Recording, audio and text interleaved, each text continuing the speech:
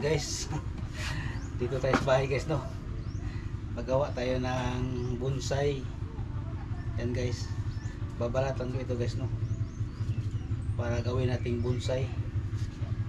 Yan, ito yung gagamitin ko na kaang guys. Tapos itong plastic bottle na empty.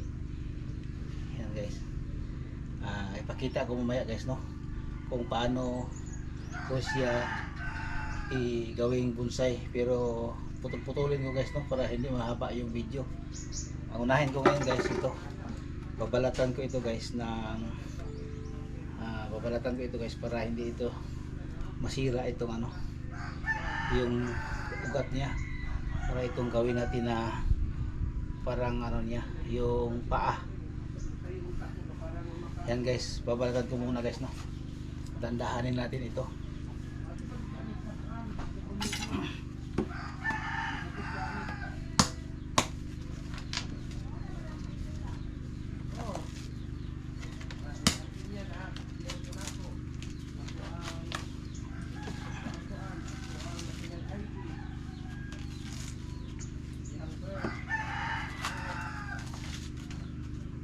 Yan guys, dandahanin natin guys, na para hindi yung niya, yung ugat niya hindi matamaan.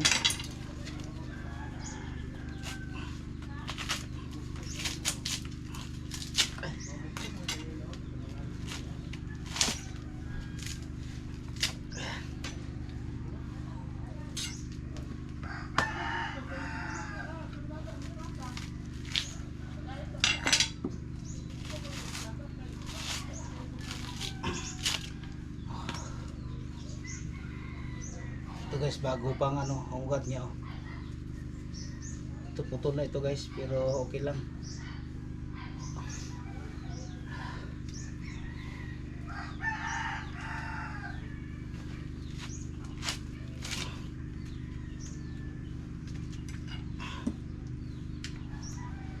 Ang hirap guys, no, kung ganito, dahil ang ugat niya ating para hindi siya maputol. Sayang maputol guys, taas na yung ugat niya.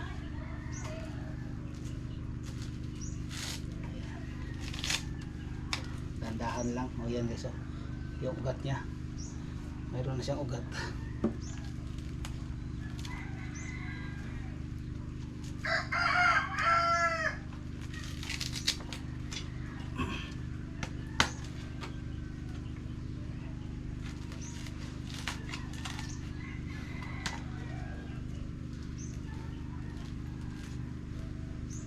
Itong ginagawa ko guys na na mga vlog na content ko na ganito, dito lang ito sa bahay guys, na pang decoration ko guys, no.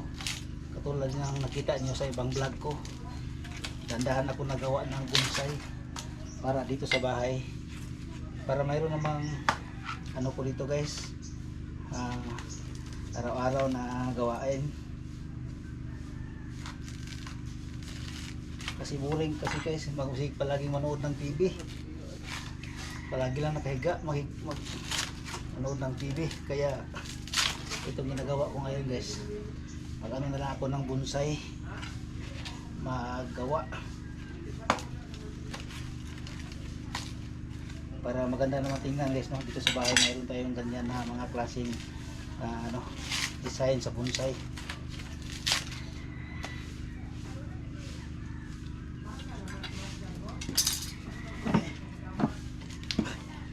Yan guys, mamaya guys pakita ko sa inyo para hindi mahaba yung video natin.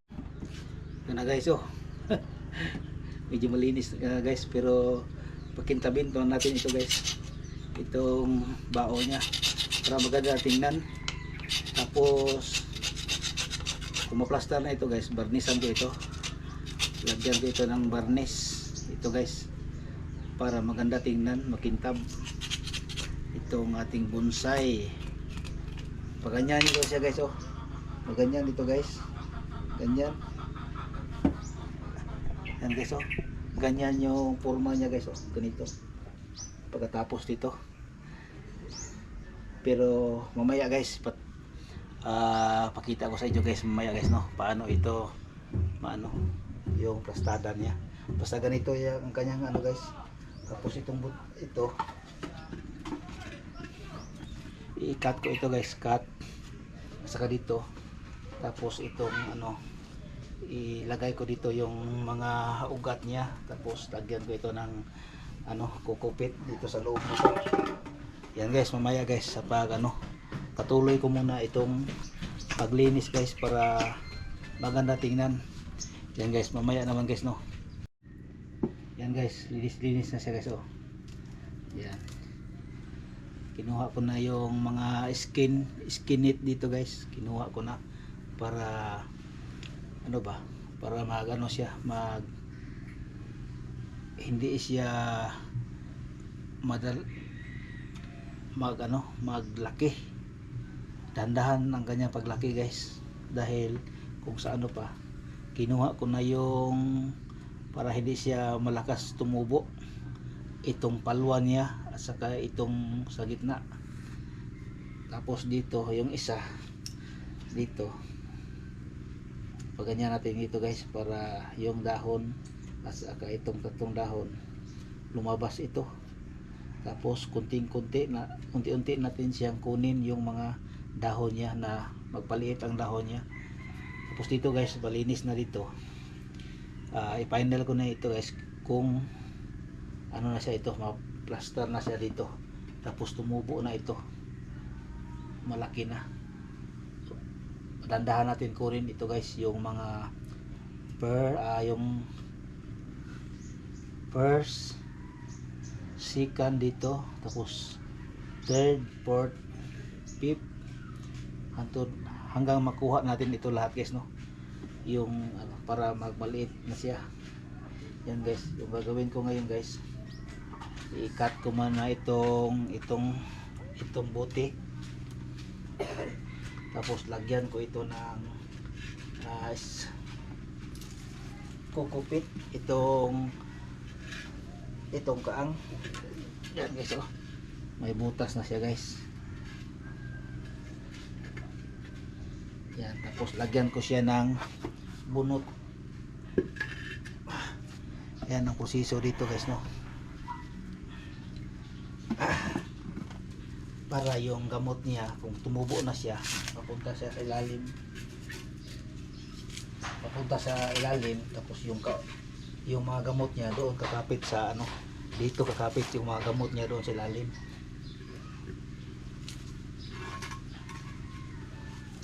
Para makatipid tayo sa ano, kukupit guys.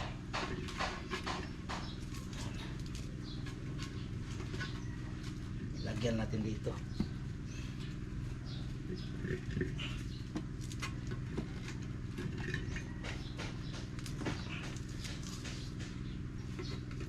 Yung lahat niya doon sa kanyang ano, mga bunot niya, babalik din sa kanya lahat yung ginagawa natin ngayon, no. Magamit lahat. Iwan ko itong niyo guys, kahit anong sa parte sa kalawa ano.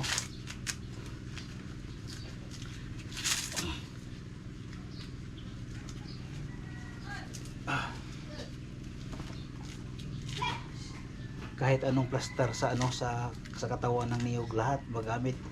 Yung kanyang ito bunot niya, may gawing kutson, no, sa ilalim ng kutson. Tapos yung ano niya, walis tingting. Tapos yung kahoy niya pang bahay, yung ano niya pang slab. Yung puno niya guys, sa ilalim yung mga ugat-ugat, pwede yung kunin mo tapos i-display sa bahay. Parang halos tanan guys sa niyog, puno ng niyog, lahat magagamit guys, no. Yun lang na kahoy na pinaka lahat ay magagamit.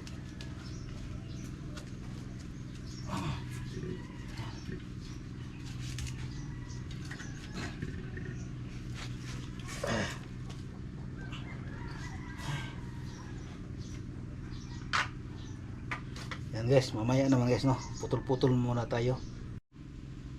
Yan guys. Hindi ito ilagay ko guys, hindi mapasok. Ito ang gagamitin ko guys, itong lata.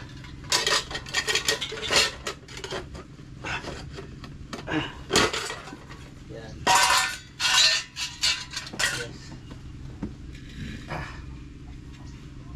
Lagyan ko ito ng kokopit at Lysol. Yan.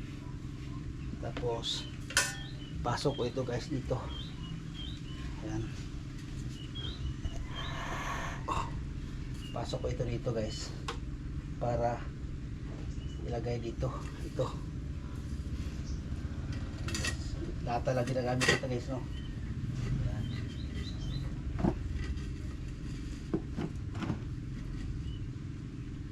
Ito. Tapos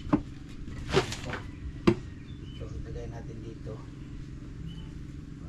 Paano ito? Ganyan.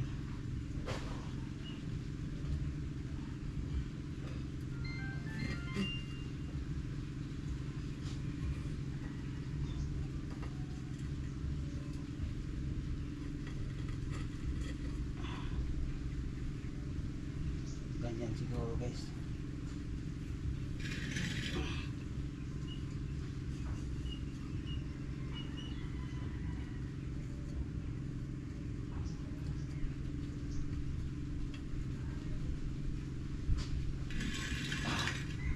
Ganyan siguro guys to, yung plastada niya paglagay.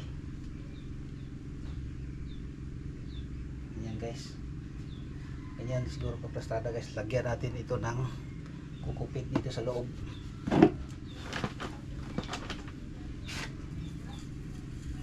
Punuin natin dito guys para mabilis dadami yung ugat.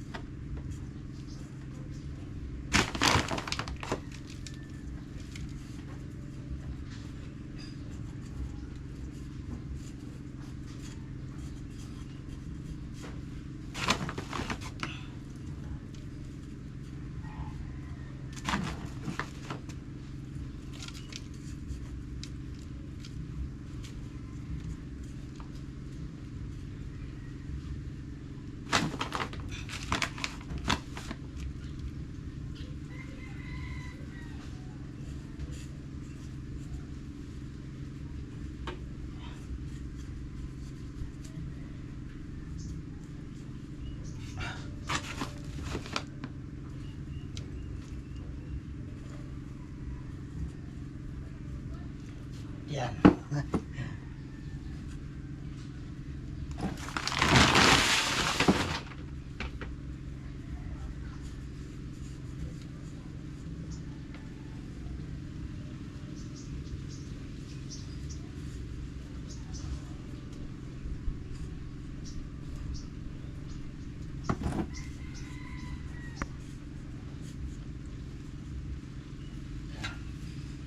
Yan ang kanyang pastada guys.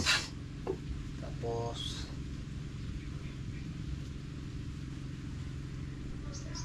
parang purpose niya guys, yung ugat niya papunta doon sa ilalim, papunta doon. Tapos ito, tapos mga 4 to 6 months kunin ko na ito guys. Ito kunin ko na ito para makita na ito lahat yung ugat niya doon. Tapos ito nakapatong ito dito sa coral sa ilalim.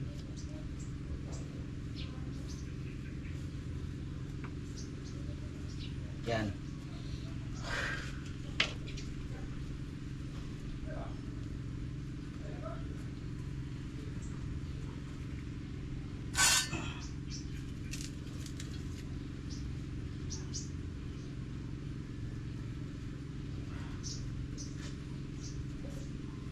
Tapos takpan natin ito guys, no, ng mga para hindi mainitan. Kapag mainitan ito guys, pumutok ito.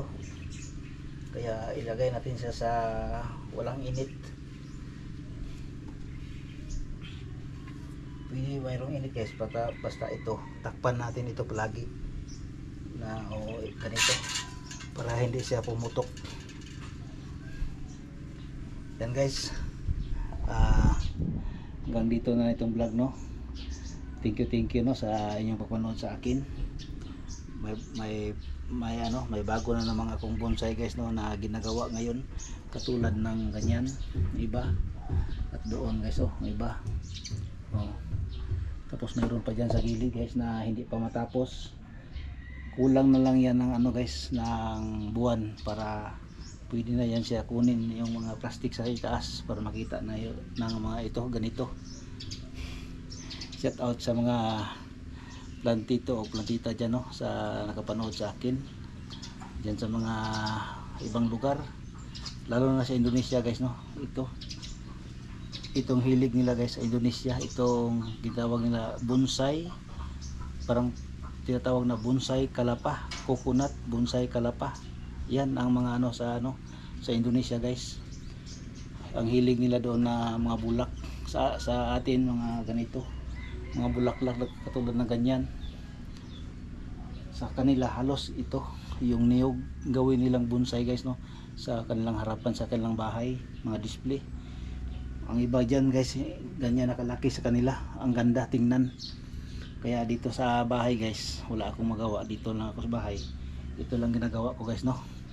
Yan guys, hanggang dito na itong vlog ko. Thank you sa inyong panood. Shout out pala doon sa nabilihan ko ng kaang dyan sa kulon sa Mati guys, no. Shout out, parang anong tawag niya, Jilin ba yun? Shout out sa iyo, sa sana makabili na naman ako dyan sa iyo, no. Shout out, sana subscribe mo ako, please share my YouTube channel. Thank you no sa inyong papanood sa aking vlog. Maraming salamat po mga OFW dyan. Salamat sa pagsuporta niyo sa akin. Sa mga Luzon, Visayas, Mindanao nakapanood sa aking vlog, thank you po sa inyong pagsuporta. Maraming salamat po. God bless. Thank you for watching.